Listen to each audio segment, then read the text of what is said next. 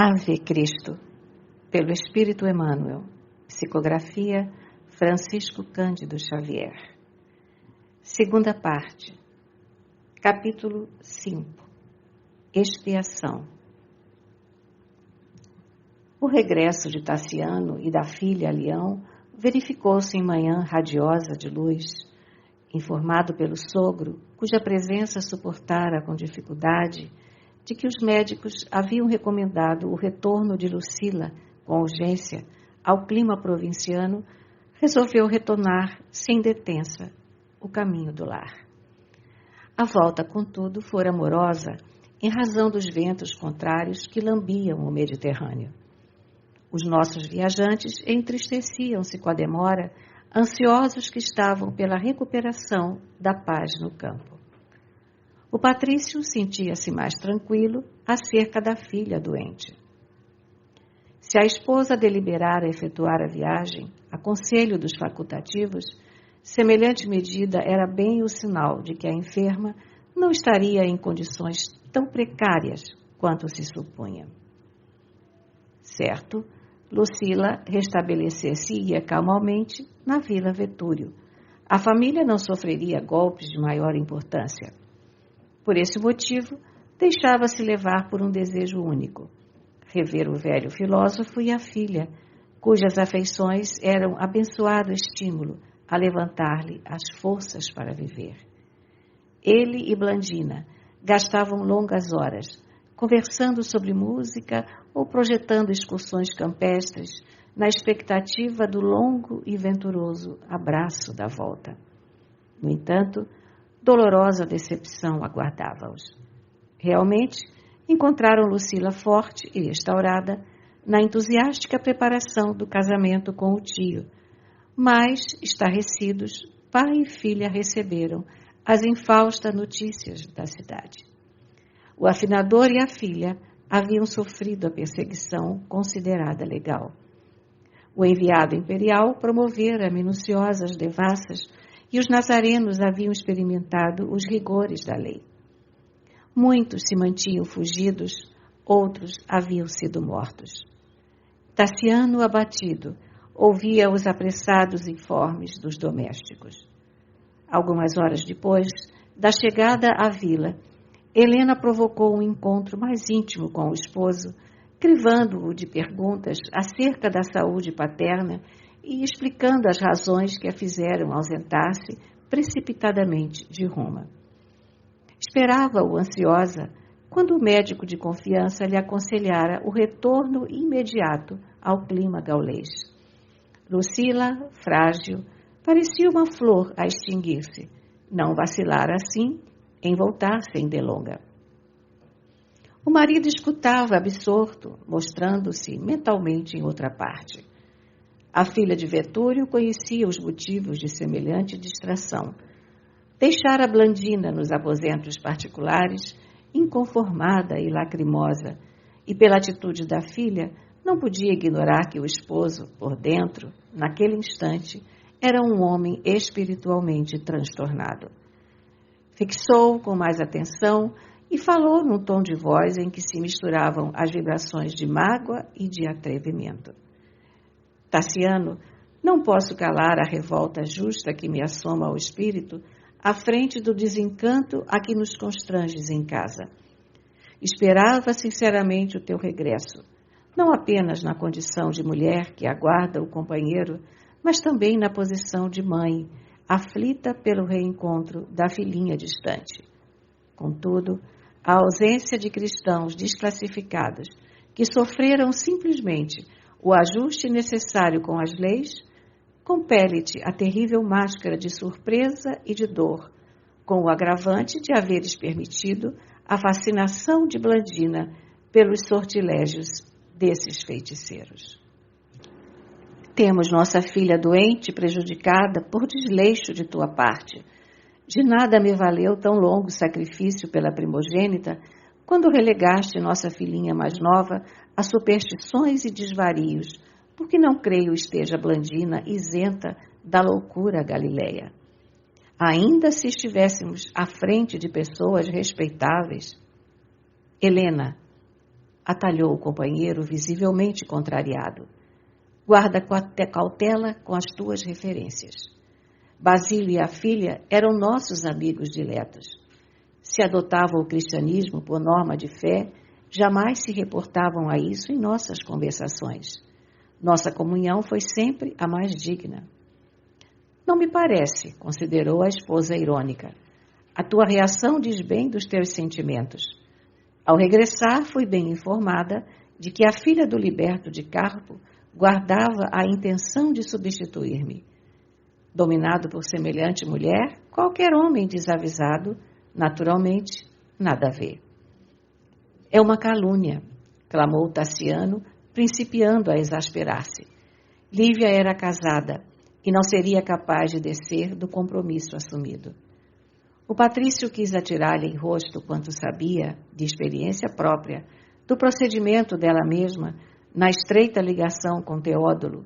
Contudo, julgou prudente calar-se. Fim da curta pausa, continuou. Ainda agora, em Roma, num ligeiro entendimento com Cláudio Lício, a cuja amizade recomendei-lhe o marido, vinha saber de sua viuvez. Não te doerá o coração feminino a desventura de uma pobre e indefesa mulher? Ah, era então casada? Sim, cheguei a abraçar-lhe o esposo, Marcelo Volusiano, que desejava tentar a vida em Roma, onde apareceu morto nas águas do Tibre. Esperava rever nossa amiga para transmitir-lhe a notícia. Entretanto, Helena empalideceu de súbito, compreendendo que o sedutor de Lucila havia mentido até o fim.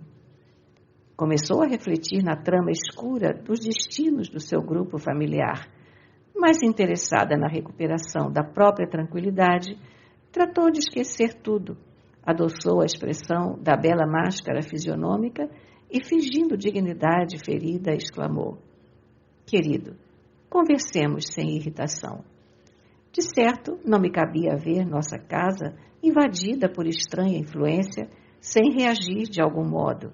Todavia, tudo fiz para não desmerecer de tua confiança em se tratando de amigos do teu círculo pessoal. O velho afinador e a filha foram presos em movimentado conventículo do culto proibido na casa miserável de um ancião reconhecidamente louco, que respondia pelo nome de Lucano Vestino. Ignácio Valeriano e a esposa, agora ausentes, são romanos de excelente linhagem. Viajaram para cá em minha companhia. Tecemos, por isso, fortes laços afetivos. Compreendendo a perigosa situação dos detidos e sem esquecer-me de que a moça exercera o mistério de preceptora de nossa filha, de conformidade com as recomendações de Teódulo, impetrei o indulto das autoridades para ambos.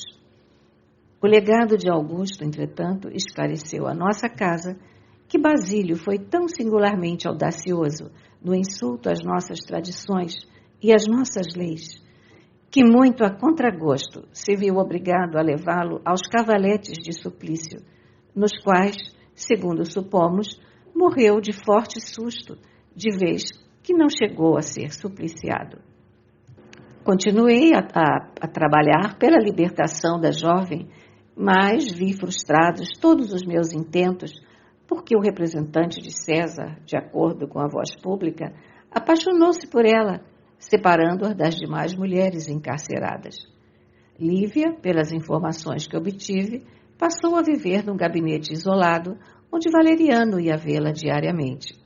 Enciumada, Clímene, a esposa de Ignácio, ao que nos consta, mandou aplicar-lhe um cáustico aos olhos por intermédio de uma criada de nome Sinésia. Todavia, a prisioneira, não se sabe como, e auxiliada não se sabe por quem, conseguiu evadir-se pouco depois, valendo-se das sombras da noite. Não pude saber se a pobrezinha ausentou-se ilesa ou se os olhos dela foram vítimas da perversidade de Clímene. Procurei a única pessoa capaz de aclarar-nos com segurança, a servidora Sinésia. Contudo, Ignácio Valeriano, quando tomou conhecimento da fuga, foi acometido de estranha demência. Gritava pela mulher amada em voz estentórica, e depois de barbaramente espancar a criada, tentando arrancar-lhe alguma confissão, determinou fosse ela algemada para interrogatório no dia seguinte.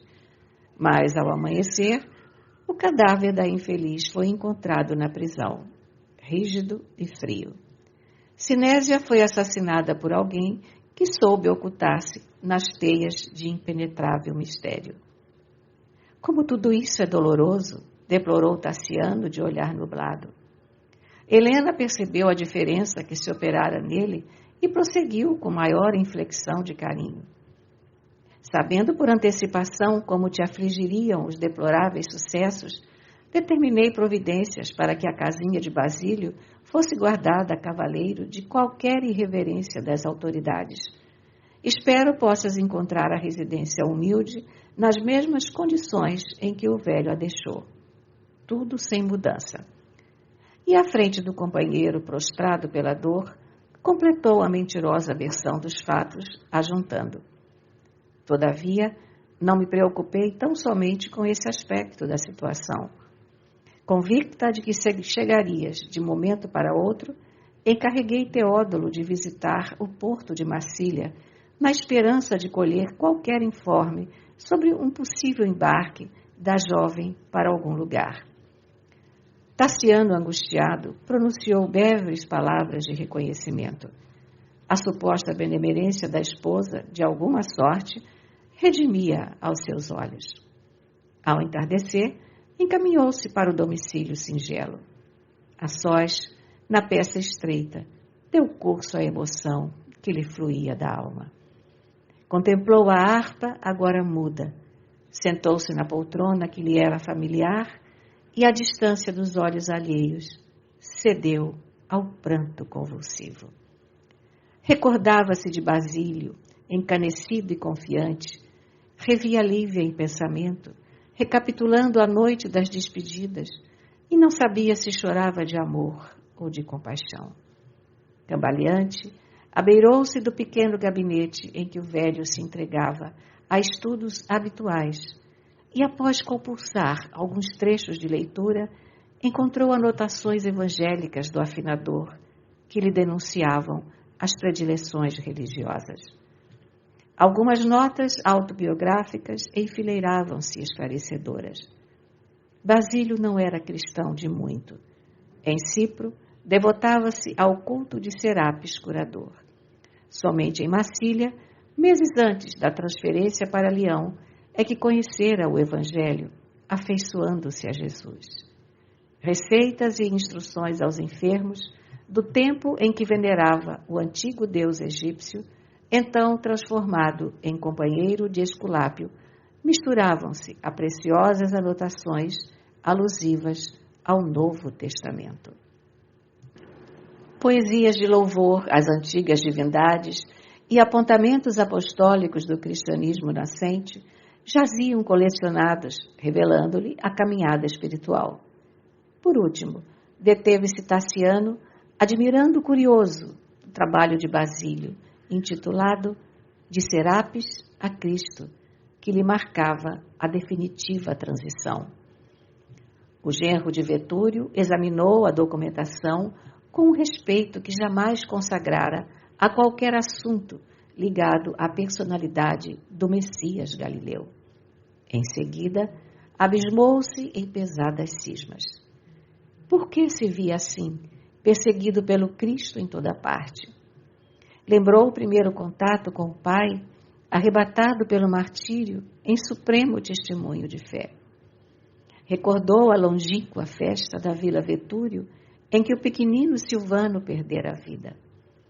Rememorou o sacrifício de Rufo, o escravo decidido e fiel ao próprio ideal, e em lágrimas refletiu nos derradeiros dias de sua mãe, insulada no ambiente doméstico. As reminiscências do enforcamento de Súbrio passaram nítidas por sua imaginação. Entretanto, continuava odiando os princípios nazarenos. Não podia conceber uma terra em que os senhores se nivelassem com os escravos. Recusava a teoria do perdão irrestrito. Jamais concordaria com a solidariedade entre patrícios e plebeus.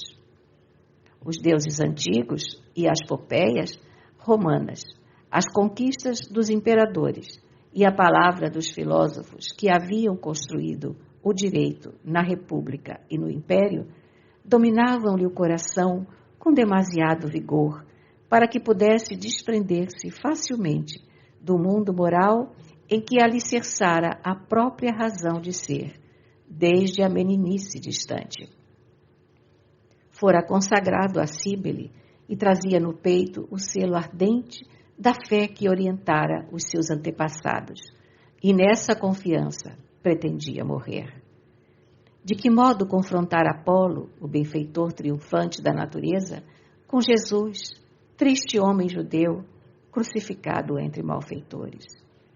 Por que separar-se do culto da alegria e da fartura para submeter-se aos sinistros banquetes de sangue nos circos? Por que razão Basílio e Lívia haviam aderido ao movimento que se lhe afigurava detestável ideologia de espíritos infernais? Contudo, amava-os ainda, não obstante cristãos. No antigo liberto, encontrara a vida emocional da alma paterna e na jovem pudera surpreender um coração afim, capaz de fazer-lhe a felicidade na condição de companheira ou irmã. Acariciado pelo vento frio do crepúsculo, demorou-se o patrício numa das janelas, meditando. Quase noite fechada, quando se dispunha ao regresso, eis que Blandina lhe surge um encalço. A trêfega criaturinha procurava-o, aflita, por todos os cantos da herdade, e ao abraçá-lo foi acometida de longo acesso de choro. O genitor taciturno tornou ao lar, reconduzindo-a em pranto. No dia imediato, entrou em entendimento com o proprietário do casebre que o afinador alugara por tempo indefinido. Tassiano propunha-se conservá-lo para o culto das próprias recordações. Reencontraria Lívia? Pensara em avistar-se com o legado de Augusto, mas Ignácio Valeriano, depois de ligeira permanência na Aquitânia, tornara a sede do Império. Após adquirir o ninho singelo onde Basílio estacionara por tempo tão curto, diariamente passava lá o tempo que lhe sobrava das tarefas costumeiras, quase sempre seguido de Blandina, que não olvidava os ausentes.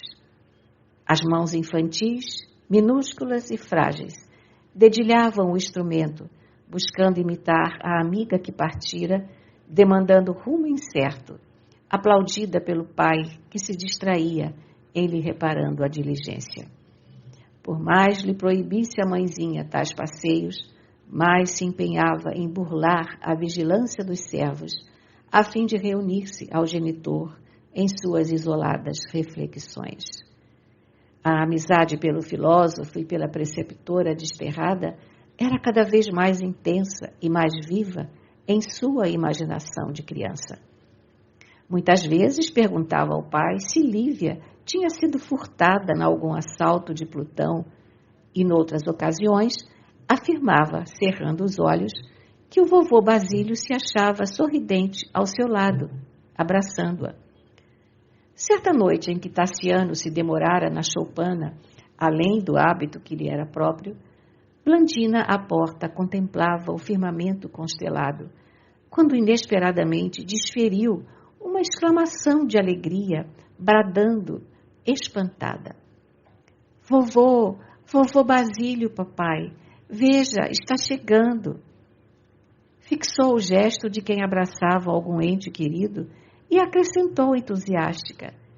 Paizinho, vovô está ao seu lado, ao seu lado. Tassiano nada via, mas a expressão felicíssima da filha ecoava-lhe fundo ao coração.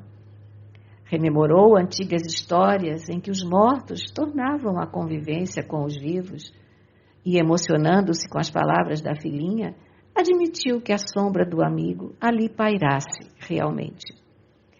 Teve a impressão de que o amado companheiro ali se mantinha invisível, como se lhe recebesse o hálito quente sobre o rosto. de olhos brilhantes, animados pela chama de inexprimíveis sentimentos, recomendou a miúda interlocutora. Blandina, se vês realmente o vovô, por que não sabermos dele quando reencontraremos Lívia? A pequena obedeceu e, com a naturalidade de quem se dirigia ao ancião ressuscitado, inquiriu. Vovô, o senhor não está ouvindo a pergunta de papai? Segundos de pesada expectação rolaram no acanhado recinto. Que respondeu ele, minha filha? Blandina fitou no genitor o olhar terno e confiante e informou. Vovô respondeu que estaremos todos juntos quando escutarmos o hino às estrelas outra vez. Tassiano sentiu que indefinível angústia lhe absorvia a voz e o coração. Calado, tomou a destra da pequenina para voltarem à casa, onde, ilhado em seu gabinete particular, engolfou-se em obcecantes e aflitivos pensamentos. A existência em Ilião prosseguiu expectante, rotineira, monótona. Na primavera de 256, entretanto, a Vila Vetúrio engalanara-se para o casamento de Galba e Lucila, com a imponência característica das famílias abastadas da época.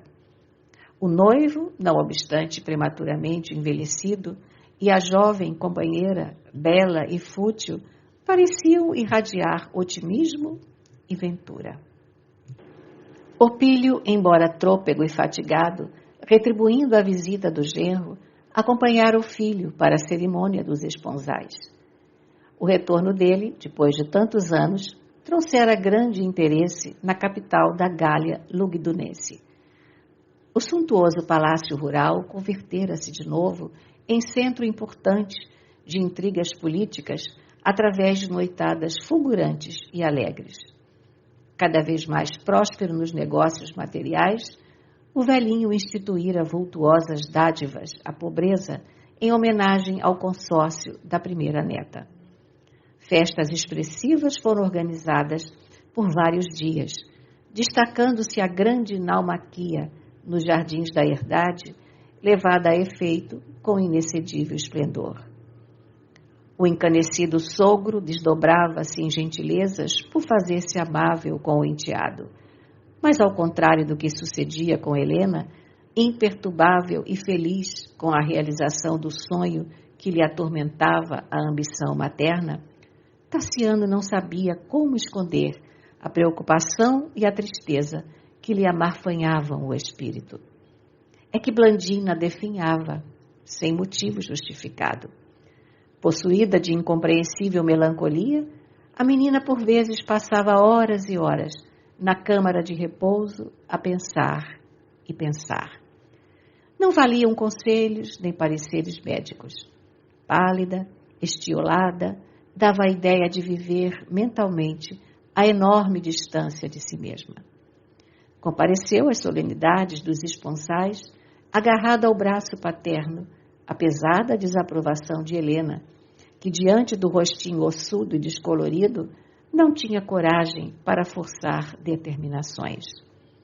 Percebendo-lhe a debilidade orgânica, e talvez para ser agradável aos filhos, o avô Vetúrio, assim que os nubentes se ausentaram em direitura à capital do império, propôs a mudança temporária da família para Baias, no Golfo Maravilhoso de Neápolis, onde possuía confortável residência de recreio. O sul da Itália operava milagres e a amenidade do clima restauraria as forças da doentinha.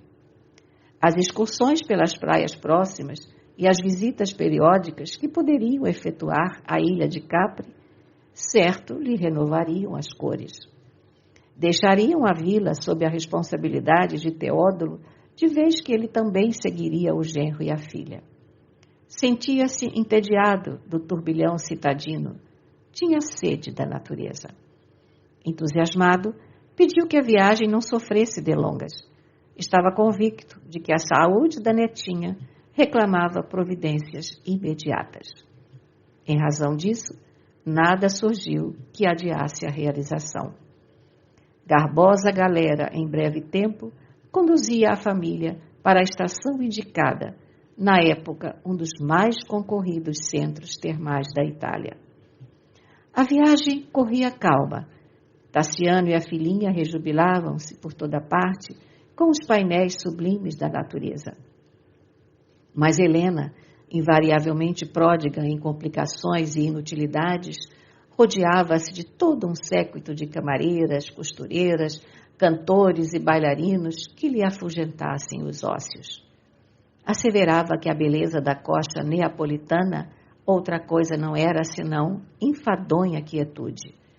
E forrando-se ao sacrifício para satisfazer os caprichos do pai e as necessidades da filha, projetava festividades e aventuras com que se desvencilhasse do tempo. Embalde, Anacleta, agora de cabelos brancos e visivelmente fatigada, buscava induzi-la ao descanso. A matrona, cujos encantos juvenis foram sempre conservados com elixires e ungüentos, gargalhava zombeteira. Acreditava que os deuses mantinham inalteráveis a saúde e a alegria de quantos se dispusessem a cultivar o otimismo e a dominação. A vida, repetia comumente, era propriedade dos mais fortes. A felicidade consagrava aqueles que calcassem os fracos e os ignorantes sob os pés. Os viajantes e a comitiva atingiram o Golfo Esplêndido sem novidades dignas de menção. O domicílio de Vetúrio, em Baias, admiravelmente cuidado por mãos amigas, era um palacete em miniatura que trepadeiras floridas ocultavam à frente do mar. Ali, a alma e o corpo obteriam surpreendentes recursos de recuperação. O espetáculo das águas azuis, asilando inúmeros barcos de pescadores em melodiosas cantilenas, que o vento sussurrante e doce espalhava pelas redondezas. Era milagroso refrigério. Enquanto Tassiano providenciava o reajuste de 2 pequenas e confortáveis embarcações para o contato mais íntimo com a natureza, Helena determinava medidas para que as viaturas da residência fossem devidamente renovadas, a fim de entregar-se aos velhos hábitos de vida social intensa. Para o genro de Opílio e para Blandina, transformaram-se as excursões numa cadeia de encantamentos. Na ilha de Capri, demoravam-se horas a fio, junto ao soberbo e impressionante Palácio de Tibério, Vila Jovis, que o tempo estragava impiedoso, multiplicando adoráveis passeios pelas grutas, pelos cimos de Anacapri ou pelas outras belas vilas construídas ao tempo do famoso imperador. Enlevados, visitaram todas as povoações que marginavam o Golfo, conhecendo-lhes os costumes e associando-se-lhes à vida singela. De outras vezes, contornando o Cabo Miseno, deambulavam pela costa, admirando os revérberos do sol poente no seio safirino das águas, ou as cintilações prateadas do luar nas praias bafejadas pelas rendas ondulantes de espuma. Certa feita, contrariados pelo vento forte, abordaram praia diferente. O casario de Neápolis erguia-se diante deles. Embora o firmamento se mostrasse calmo e sem nuvens, Tassiano julgou prudente desembarcar. O crepúsculo não tardaria. Ele e Blandina poderiam exercitar resistência em caminhada mais longa. O servo que os acompanhava incumbiu-se de restituir a embarcação ao recanto que lhes era familiar, logo que a ventania amainasse. E pai e filha, contentes, passaram a visitar empórios e praças, monumentos e jardins. A satisfação a cada instante lhes retardava o passo. Alugariam, por isso, um carro para a volta. Parando aqui e acolá, quando o sol já havia mergulhado no poente, num dilúvio de raios de ouro, defrontaram-se com a padaria de Agripa. O odor agradável que vinha do forno colhera-os na passagem, e solicitado por Blandina, Tassiano concordou em entrar no estabelecimento. Guloseimas variadas enfileiravam-se à farta, e enquanto Agripa atendia cortês os 2 excursionistas, estes ouviram uma doce voz de criança, que não longe cortava o silêncio vespertino, cantando ao som de uma harpa irrepreensível. Estrelas, ninhos da vida, entre os espaços profundos, novos lares, novos mundos, velados por tênue véu. Louvores à vossa glória, nascida na eternidade, sois jardins da imensidade, suspensos no azul do céu. Dizei-nos que tudo é belo, dizei-nos que tudo é santo, ainda mesmo quando há pranto, no sonho que nos conduz. Proclamai a terra estranha, dominada de tristeza, que em tudo reina a beleza, vestida de amor e luz. Quando a noite for mais fria, pela dor que nos procura, rompei a cadeia escura que nos prenda o coração. Acendendo a madrugada no campo de novo dia, onde a aventura irradia eterna ressurreição. Dai consolo ao peregrino que segue à mercê da sorte, sem teto, sem paz, sem norte, torturado sofredor. Templos do sol infinito, descerrai a humanidade, a bênção da divindade, nas bênçãos do vosso amor. Estrelas, ninhos da vida, entre os espaços profundos, novos lares, novos mundos, velados por tênue véu. Louvores à vossa glória, nascida na eternidade, sois jardins da imensidade, suspensos no azul do céu.